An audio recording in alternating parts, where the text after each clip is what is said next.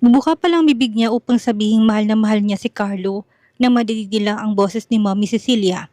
O anak, masiglang bati ni Mommy Cecilia habang niyayakap si Carlo.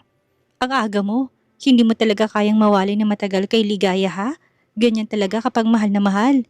Tahimik si Carlo, wala pa ring reaksyon mula sa halik at pag-aming kanina ni Ligaya. Mom, may pasalubong din ako sa'yo.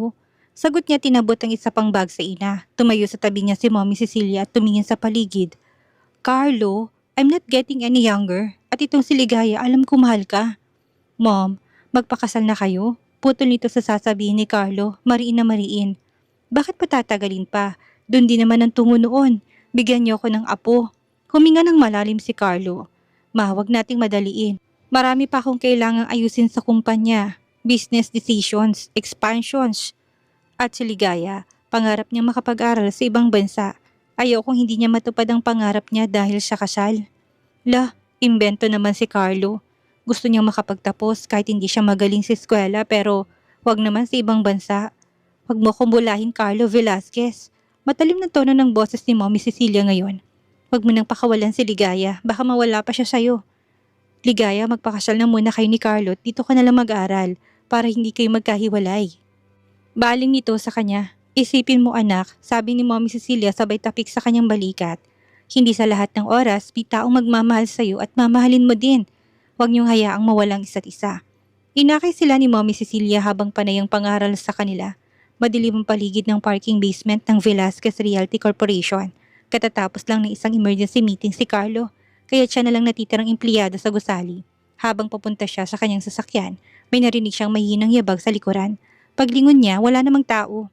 Ngunit sa ikalawang hakbang niya, mabilis na tumaan aninong may hawak na kutsilyo at inundayan siya ng saksak sa tagiliran. Biglang sakit sa tagiliran ang naramdaman niya.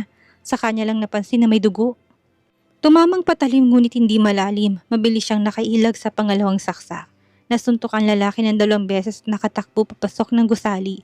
Kung saan nag-trigger ang emergency alarm, mabilis at tumalilis ang lalaki at nawala sa dilim. Nakasuot to ng itim na helmet at hoodie. Halatang profesional. Nagising si Ligaya sa pagbukas ng pinto. Pagbaba niya, doon niya nakita ng dalaga. Nakaupo sa sofa. Hawak ang tagiliran. May balot na benda ng sugat. Kasama nito si Harris. Anong nangyari sa'yo? Napalapit kagad ang dalaga. Halatang natataranta. Minor lang, tinangka akong saksakin. Malamig ang tono niya. Tinangka, halos pabulong. Sinong may kagagawan? Bakit? Kung dalahin ka sa ospital. Baka malalim ang sugat. Anitong nagpapanik. Okay na, galing kami sa ospital at nag-report na rin sa pulis. Bakit may nagbabanta sa buhay mo? Kailangan mo ng mas mahigpit na security. Relax, I'm okay. Madalas ako makatanggap ng death threats. Ganun talaga sa business world. Natatakot ako para sa kaligtasan mo, Carlo. Baka sa susunod, hindi lang please kaya mag-ingat ka ng mabuti. Hinaplos itong mukha niya, nagulat siya nung umiiyak si Ligaya. Hey, bakit ka umiiyak? Buhay pa ako. Dapat mahuling gumawa niyan sa'yo, baka mapahama ka. Nitong sumisigok. Sir Carlo, aalis na po ako at kakausapin pang investigador. Lumabas na si Harris. Hindi kaya si Tess ang may gawa? Tanong ni Ligaya. Nope, she won't dare to hurt me. Isa sigurong businessman na gustong matakot ako. Don't worry, paano hindi mag-aalala? Nasaktan ka. Hindi yan biro. Ayoko may mangyaring hindi maganda sa'yo. Ani Ligaya at yumakap sa kanya. Kinabukasan, nasa isang hindi mataong coffee shop si Ligaya. Sa isang sulok ng shop, may lalaking tahimik na umiinom ng kape. Lumapit siya. Jacob, mahina niyang bati habang umupo sa tapat nito. Akala ko hindi ka na darating, sagot ni Jacob. Marahang tumango, may halong pag-aalala ang mga mata. Akala ko, hindi ko matatakasan ng mga bodyguards. Tinulungan lang ako ni Mike. Kailangan kong malaman kung totoo. Bulong niya, iniwas ang mata. Yung sumaksa kay Carlo, si Don Maximo na ba, ang may pakana? Tahimik si Jacob. Bumunot to ng isang maliit na file envelope mula sa bag. Ligaya, matagal na naming sinusubaybayan si Don Maximo dahil sa illegal business operations nito ng droga pero walang gustong magsalita. Walang ebidensya. Hanggang ngayon, tinulak nitong envelope papunta sa kanya. Binuksan niya ito at naroon ng isang blurry CCTV photos. Ang lalaki na tumakas matapos ng kainang pananaksa kay Carlo. Nakita rin niyang isang larawan ng taong yon kasama si Don Maximo. Bodyguard niya. Bulong ni Jacob. Inutusan niya para saktan si Carlo na panunok siya, hawak pa rin ng papel. Bakit si Carlo? Hindi sila magkakilala. Tinatarget ka ni Don Maximo. Alam naming matagal ka nang nililigawan ng matanda. At ngayon, dahil kay Carlo, mas lumalayo ka. Gusto ko niyang takutin. And who knows, baka hindi lang yan ang mangyari sa minamahal mo sa susunod. Tumingin siya kay Jacob, halatang nag-aalangan. Paano natin matutulungan si Carlo na hindi madadamay? Alam mong sagot sa tanong mo. Habang malaya si Don Maximo, hindi kanya patatahimikin. Kailangan may lagay natin siya sa likod ng malamig na rehas. At gusto mong maging informante ako? Hindi ko gusto, Ligaya. Seryosong tingin ni Jacob. Pero kailangan at ikaw lang ang pwedeng makalapit sa kanya nang hindi siya nagdududa. Kayang-kaya mong paikutin ng matandang yon. Natatakot ako kay Don Maximo, Jacob. Gamitin mong takot mo. Huwag mo nang hintayin na madaming madamay. Alamin mo kung sino ang mga taong konektado sa kanya. Saan siya naglalagay ng pera? Sinong kinakausap niya? Bawat maliit na detalye, ipasa mo sa akin at kapag sapat ng ebidensya, ipapakulong natin siya. Tumingin si Ligaya sa envelope. Mabigat ang desisyong kailangan gawin. Sige, payag na ako maging informante. Pero, bigyan mo ng proteksyon si Carlo. Hiling ni Ligaya. Wow, mahal mo ng lalaking yun. Biruin mo, ikaw ang malalagay sa panganib. Kaligtasan niyang iniisip mo. Huwag kang mag-alala, maglalagay ako ng tao magbabantay sa kanya. Hindi to alam ni Carlo. Mahina niya sabi. Ayoko malaman niya, hindi ko siya kayang ilagay sa alanganin. Lihim natin gagawin ito. Pero Ligaya, hinawakan ni Jacob ang kamay niya saglit. Pwedeng mapahamak ka dito. Siguradong sigurado ka ba? Huminga siya ng malalim. Kung kailangan kong ilagay ang sarili ko sa panganib para sa kaligtasan ni Carlo. Oo, gagawin ko. Huwag kang mag-alala. Sisiguraduhin kong kaligtasan mo ng pamilya mo at ni Carlo. Tumango siya. Anong plano? Ani ang puno ng determinasyon ng tinig. Gagawin niya to para sa kaligtasan ni Carlo at para sa kalayaan niya. Hapon na nang makabalik si Ligaya, wala pa naman si Carlo. Tsak niya na mamaya pang uwi nito mula sa opisina. Maingat na binuksan niya ang gate ng mansyon. Malakas ang pintig ng kanyang puso. Dahan-dahan siyang pumasok sa loob. Naglalakad patungo sa silid. Pilit na hindi gumagawa ng ingay. Ngunit bago pa siya makarating sa hagdan, ay may narinig siyang baritonong tinig. Saan ka galing? Tumigil ang kanyang mga paa. Nakaupo si Carlo sa gilid ng terrace. Nakasuot pa ng itim na robe at may hawak na baso ng alak. Tanaw pa niya ang benda nito sa tagiliran. Galit ang mga mata nito pero masalatang pag-aalala. Akala mo hindi ko mapapansin? Bigla kang nawala. Hindi ka sumasagot sa tawag ko. Ano bang ginagawa mo, Ligaya? Nag-iwas siya ng tingin. Namasyal lang ako sa bayan. Kailan niya, tumayo si Carlo. Matigas ang ulo mo. Sabi ko wag kang aalis. Lalo na ngayon, delikadong paligid mo at pagkatapos ng mga nangyari, baka mapahamak ka. Huwag ka nang magalit. Safe naman ako nakauwi. Huwag mo na lang akong pakialaman. Huwag ka na rin magtanong. Sabihin mo, Ligaya. Bulong ni Carlo. Halos hindi makapaniwala. May tinatago ka ba sa akin? Makikinig ako sa paliwanag mo. Anitong halos kitang nangangalit ng ngipin? Wala. Agad niyang sagot. Mabilis at depensibo. Tuluyan ng humalagpos ang pagtitimpi ni Carlo. Sinunggaban siya nito at hinawakan sa leeg. Ayos din ang tagpuan ninyo ni Jacob. Dinidiin ni Carlo ang pangalan. Hindi mo malang sinubukang itago ng maayos. Napalunok si Ligaya. Hindi mo naintindihan. Ipaliwanag mong babae ka. Sigaw nito, humihigpit ang hawak sa kanyang leeg. Sino si Jacob? Anong relasyon niyo? Napatras si Ligaya. Nanginginig ang boses. Wala kaming relasyon ni Jacob. Hindi mo naintindihan. Hindi nga. Binitawan siya ni Carlo at inihagis siya sa sofa. Ginagago mo ba ako? Ginagawa ko to para sa'yo. Para sa akin, matalim ang titig ni Carlo. Ang pagsisinungaling, ang pagtakas at pakikipagkita sa isang lalaki sa likod ko. Para sa akin, hindi siya nakasagot. Kitang luha sa gilid ng kanyang mga mata. Hindi niya kayang sabihin ng totoo sa binata. Hindi ngayon. Humugot siya ng lakas ng loob. Para sa'yo, hindi ba sabi mo hindi kita dapat mahalin dahil may babae kang gustong pakasalan? Hindi pa man natatapos ang kasunduan natin, dumidistansya na ako sa'yo kagaya ng gusto mong mangyari. Hayaan mo na lang ako. Tinilikuran siya ni Carlo. Binilisan ng hakbang paakyat sa hagdan bago to pumasok sa kwarto. Muli itong tumigil. Akala ko tapat ka sa mga salita mo pero mukhang mas mahusay kang umarte kaysa sa inaakala ko. Ang tunog ng pinto nang isarado ni Carlo ng malakas ay tila pumunit sa katahimikan ng buong bahay. Nangihinang napaupo siya sa sofa. Hindi niya maaring pagtapat kay Carlo ang totoo. Bukod sa malalagay ito sa panganib, ay bawal ipaalam kahit na kaninong misyon niya. Posibleng may madamay kapag nagkataon. Pinahid niya ang luhang pumatak sa pisngi. Kailangan niya maging matapang. Maagang nagising si Ligaya. Bumaba siya sa kusina at abalang naghahanda ng agahan para kay Carlo. Nasa mesa ng tinapay, bacon, itlog, at brewed coffee. May fresh fruits at vegetable salad din. Gusto niyang makabawi at ginalit niya ng binata kagabi. Nakita niyang pababa ng hagdan si Carlo. Binigyan niya ito ng matamis na ngiti. Good morning. Aniya, magaan ang boses. Breakfast is ready. Kumain ka na. Tahimik si Carlo. Umupo ito sa tapat niya, tila malamig pa sa yelong pakikitungo nito sa kanya. Todo effort. Todo ngiti ka ngayon. Bumabawi ka ba sa panlalalaki mo kagabi? Humigop to ng kape, napangiwi siya sa narinig. Alam kong galit ka pa. Naintindihan ko. Pero ayokong puro away. Marami kang iniisip. Huwag na nating dagdagan pa. Baka pwedeng kalimutan mo na lang. Ganun lang? Ani Carlo, mas tahimik pero mas matalim. Magpapanggap akong hindi ka nagtataksil sa akin. Para bang wala kang tinatago. Ginagago mo ko. Papalagpasin ko lang? Tinignan niyang binata. Kalmado pa rin. Carlo, kung pinapasundan mo ko kagabi, alam mong nakipag-usap lang ako kay Jacob. Wala kaming ginawang masama. Ayoko nang galit ka sa akin. Walang ginagawang masama. Hinawakan niyang kamay mo. Bulyaw nito.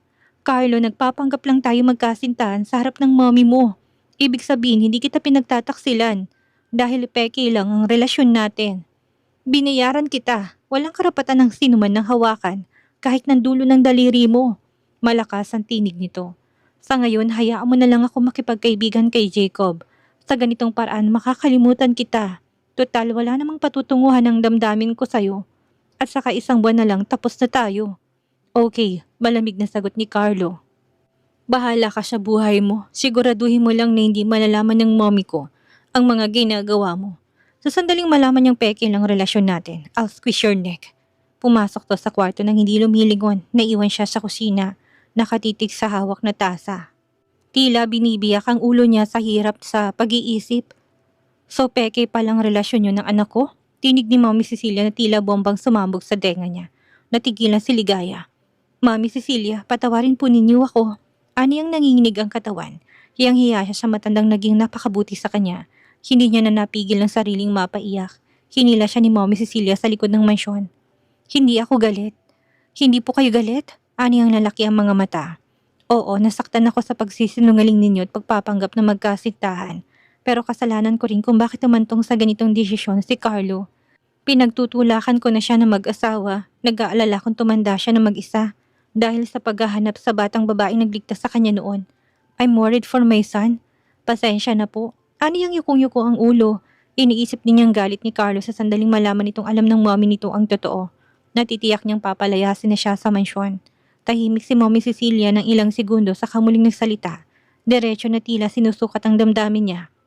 Kung hindi totoo ang relasyon ninyo, edi ayusin natin. I'll give you an offer. Ang gusto ko lang ibigyan mo ka ng apo. Nabigla siya. Po, babayaran kita, monthly allowance, pati trust fund sa magiging anak mo. Pangmayamang buhay, walang makakaalam. Ilihim natin kay Carlo, basta manganak ka. Bigyan mo ko ng apo bago ako mamatay. Matanda na ako, Ligaya. Nanginginig ang kamay niya. Mommy Cecilia, hindi po ganun kadaling ipinapagawa niyo. Hindi naman kita pinipilit sa ngayon. Pag-isipan mo. Huwag nating ipaalam kay Carlo na alam ko ng totoo. Seryosong boses nito. Pero gusto kong timbangin mong mga bagay-bagay. Maging praktikal ka. Gamitin mo lang ang sitwasyon para sa ikakabuti mo. Tahimik si Ligaya. Hindi niya alam kung anong sasabihin at mararamdaman.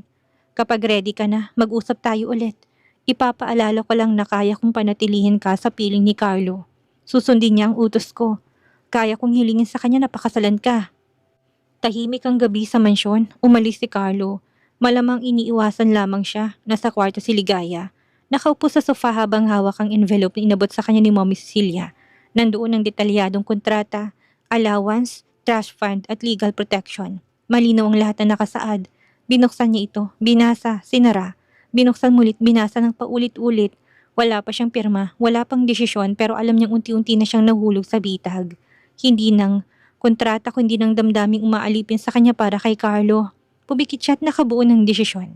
Pinuntahan niya si Mommy Cecilia sa silidaklatan ng mansyon. Mommy Cecilia, mahina niyang tawag. Napalingon ng ginang mula sa binabasang aklat. Tuloy ka, Ligaya. Lumapit siyang hawak ang envelope, mabigat ang paghinga niya. Tungkol po sa sinabi ninyo, tumingin si Mommy Cecilia. Tila hindi ito nagulat, nilapag ang aklat. Pinipilit niyang maging matatag pero halatang tinatalo siya ng emosyon. Hindi ko po kayang gawin yun para lang sa pera. Sandaling huminga. Pero kung sakaling papayag ako hindi dahil sa pera, kundi dahil nagtagal ang katahimikan. Bakit iha? Tanong ni Mommy Cecilia na tila naiinip sa sasabihin niya. Dahil mahal ko po si Carlo. Mahal ko pong anak ninyo. Napalingon si Mommy Cecilia, bahagyang tumaas ang kilay. Hindi ko po sinasadya pero nahulog pong loob ko kay Carlo. Isang buwan na lang at tapos na raw pong pagpapanggap namin magkasintahan at ayoko pong matapos ang relasyon namin ng gano'n na lang. Tumingin si Mommy Cecilia, ngunit hindi to kumibo agad. Alam mo bang hindi rin kami totoo ng ama ni Carlo sa simula? Mahina niyang sambit. Kasunduan pero sa bandang huli nasaktan ako ng piliin niyang legal niyang asawa. Kaya lumaking walang ama si Carlo. Sana ibang maging kwento ninyo.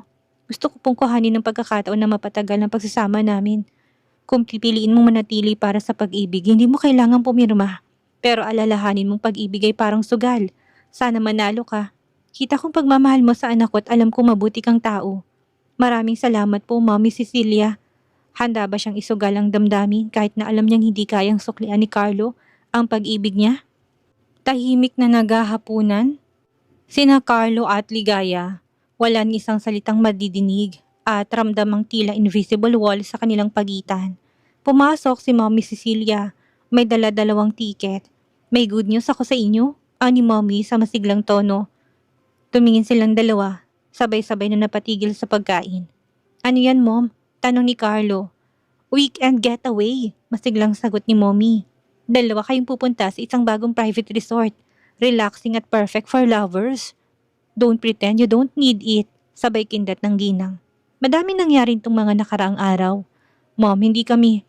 Sasabat na sana si Carlo pero siniko to ni Mommy Cecilia sa tagiliran. Bahagyang may diin.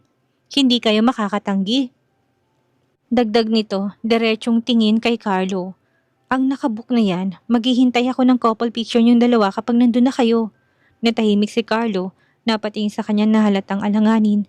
Sinulyapan siya ni Mommy Cecilia na tila ba sinasabing kailangan niyang kumilos. Wala silang nagawa kundi ang bumiyahe kinabukasan. Dumaan sila sa repair shop. Nagpapalit ng langis si Carlo. Tahimik sa loob ng sasakyan. Si Carlo nagmamaneho habang si Ligaya nakatingin sa labas ng bintana. Wala ni isa sa kanilang nagsasalita. Ngunit ramdam nila ang tensyong hindi nila matakasan. Hanggang sa nagsalita si Carlo. Malamig pero may pahiwatig. Sabihin mo lang, Ligaya, gusto mo na bang tapusin ang peking relasyon natin? Huwag na tayong maghintay pa. Napapikit siya na tila nahahapo. Napansin niyang bumibilis ang takbo ng sasakyan. Napakapit siya sa seatbelt. Hey, hold on! Nawalan ng prenong kotse! Shit! Sigaw ni Carlo. Tumingin siya sa binatang alertong kilos sa mga makakasalubong na sasakyan. Puno ng takot ang kanyang mga mata. Huwag kang mag-alala. Naghahanap lang ako ng mahintuan. Palaya ng lugar. Hindi tayo mapapahamak. Magtiwala ka lang. Kumapit ka, Ligaya. Kung sakaling may masama mang mangyari, Carlo, tandaan mo lang mahal kita. Mahal na mahal kita. Aniyang napapikit na lamang nang mawala ng kontrol ang sinasakyan.